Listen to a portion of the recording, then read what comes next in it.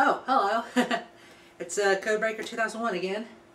As you can see, I'm doing a little bit better now. Yeah, I was a little sick the last video I made, but figured this time around that, I'd make this video and show y'all, hey, still doing okay.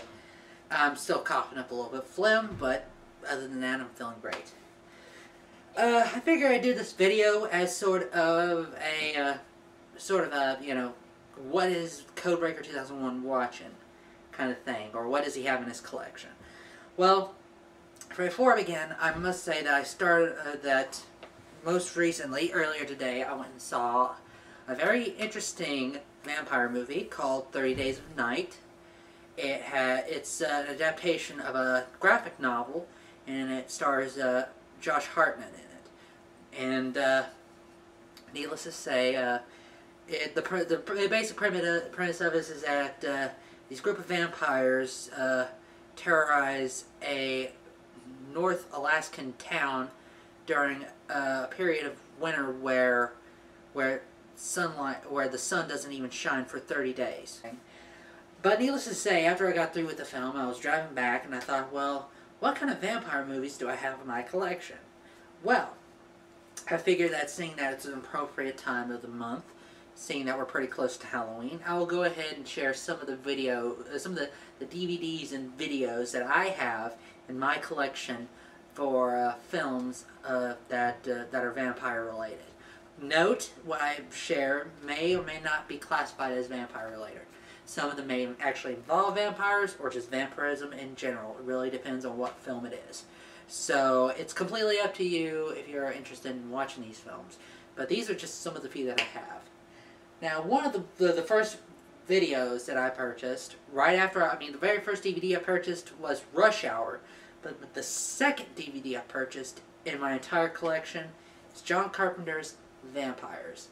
Now, this thing is definitely what's defined as vampire western, and the premise of it is that James Woods is the leader of this vampire group, a group of vampire hunters. And it's a very fun film. And, of course, the reason why I bought it is because, well, I'm a long-time John Carpenter fan. I've got quite a few films on DVD that is of his work. And, of course, John Carpenter doesn't get enough props because of the fact that he's not as, mainstream now as he was. I mean, he's as mainstream now as he was back when he did Halloween.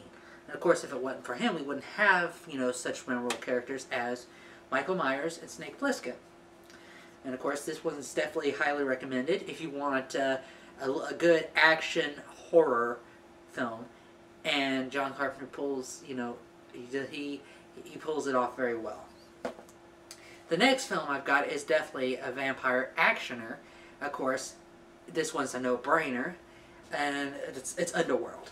Yes, this is the original DVD release. I had thought about picking up the director's cut, but I thought, you know what, just stick with what you got.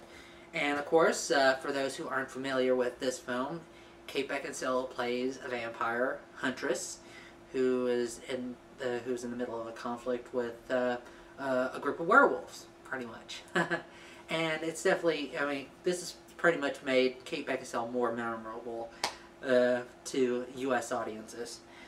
And this one, I will admit, it's kind of funny that I actually have this one.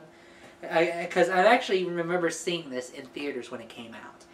And, of course, you probably saw that I held the novel adaptation of it up in one of my last videos as a joke. And that is Bram Stoker's Dracula. And this one's directed by Francis Ford Coppola. I feel it's a very good adaptation. And, of course, a lot of people probably disagree with me. But then again, I just have a weird question. Am I the only one who thought Winona Ryder was a lot more interesting with a British accent than she would be with her normal American accent? Maybe that's just me.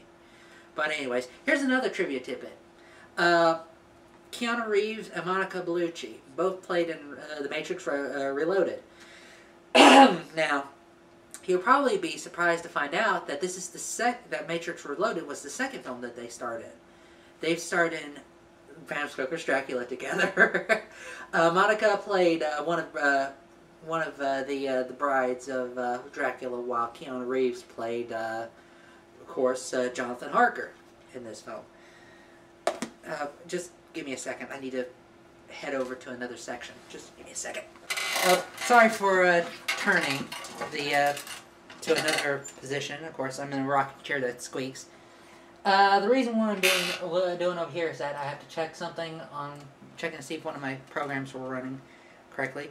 And the next batch of videos that I have on DVD are pretty much independent films, and basically one of the ones that I wanted to show you was this one right here, Immortality. It was released over in the UK as The Wisdom of Crocodiles, and of course, as you can see, it has Jude Law in it. It also has Romanian actress Elena Lowenson, who also played in another vampire movie called Naja. And of course, in this film, Jude Law plays a vampire-like character who has to get women to fall in love with him before he feeds off them, because he feeds off the emotions that are trapped within the blood. I know, it's a very weird one. And Elena Lowenson is, his next potential victim.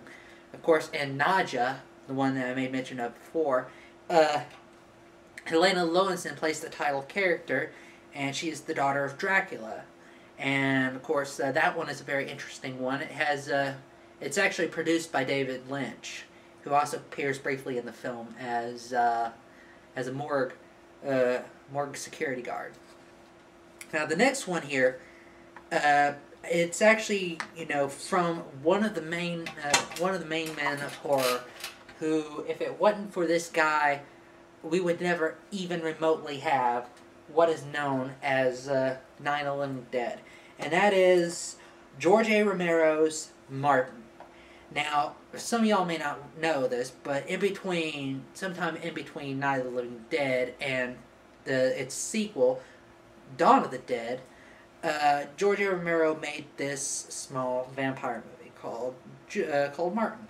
Basically, the premise of it is that it involves this young man who may or may not be a vampire, but it is heavily suggested that he is, but we can't really tell if he is or not. And he drinks his victim's blood by slicing open their wrists with a razor. And of course, he uses sedatives to knock them out first. And it's a very good one. It's not your run-of-the-mill vampire movie, especially from the 1970s. But it's a very good one. I highly recommend that one. Now, as much as I highly recommend this one. Now, this one is one of the best damn ones I've ever seen from an independent filmmaker.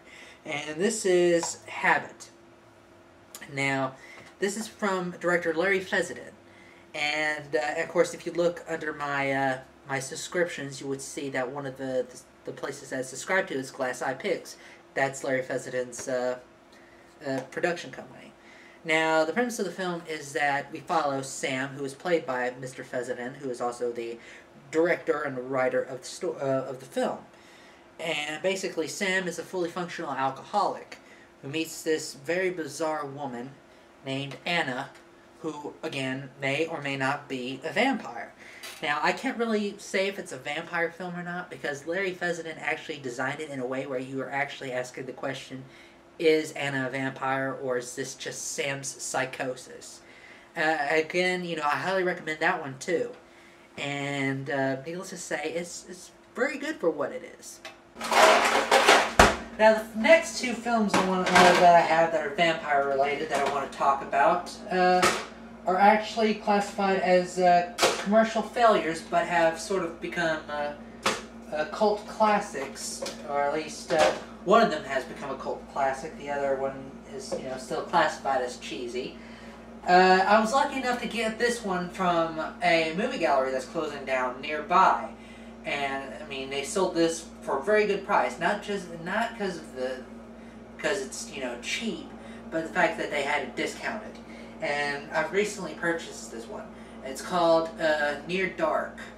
Now, for those who aren't familiar with Near Dark, it has three of James Cameron's Aliens alumni. That's Lance Henriksen, Jeanette Goldstein, and Bill Paxton. Or for those who are familiar with Aliens, but just don't know the actors' names. It's Bishop, Vasquez, and Hudson. Game over, man! Game over!